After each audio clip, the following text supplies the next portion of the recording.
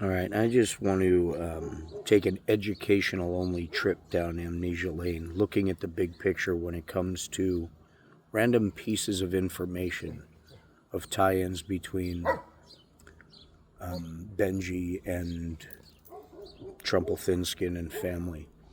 And let's go back all the way to that Trump Tower meeting with Jared and the Russian lawyer and all of those other. Remember all that stuff? It came up again in the Michael Cohen thing and the Stormy Gate.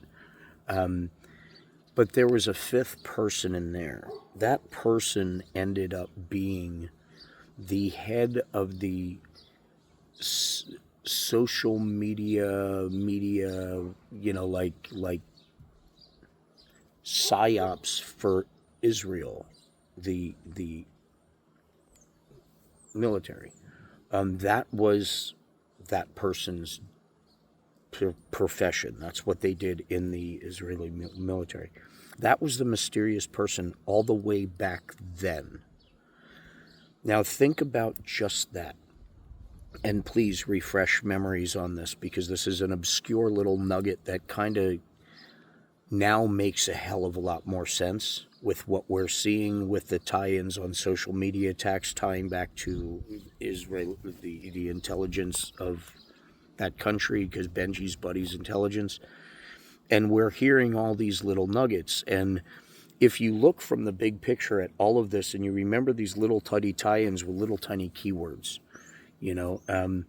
and just Israel's storyline, because it's real that Uncle Benji, obviously has ties with, the godson, who was in that meeting. And Don Jr. was there, and it was that.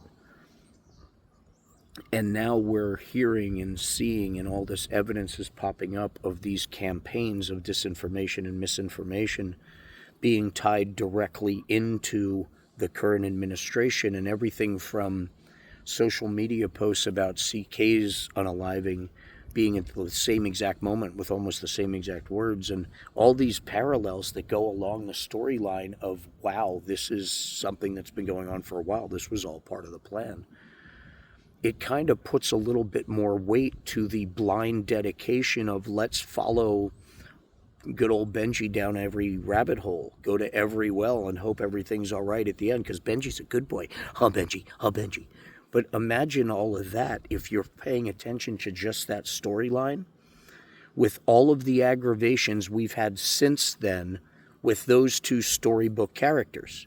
Uncle Benji, that real estate development that's now a big thing, and open conversation, by the way, doesn't mean anything, because, why could it mean anything that there's going to be a Riviera in Gaza in land that wasn't owned by the person who promised it, to the person who somehow in the future had the power to help them do what they needed to do, because it's easier than remodeling a whole place. But if you look at the entire development plans, how they went literally in the evacuation plans, section by section by section. No, go, you'll be safe, you'll be safe, you'll be safe. And then they had these security breaks, almost like they were like, okay, section A is complete, section B. If you follow the storylines, hypothetically speaking, for educational purposes only, following the storylines of this edition of the Trump Show, it makes perfect sense all the way back to that Trump Tower meeting. Doesn't it now? And what exactly was in Iran? The ones who had a treaty against the development of something, and then were able to develop something, and then there was some sort of, family outing to take care of some facilities that were already emptied. Storyline being isolated like that really does draw a lot of attention to certain facts that some of us may have been distracted into forgetting.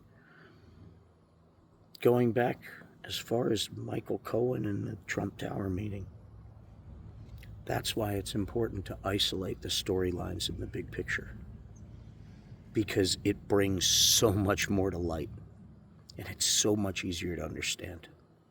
Stay diligent, stay educated, and be kind. It's no matter what, we're all in this together. God bless.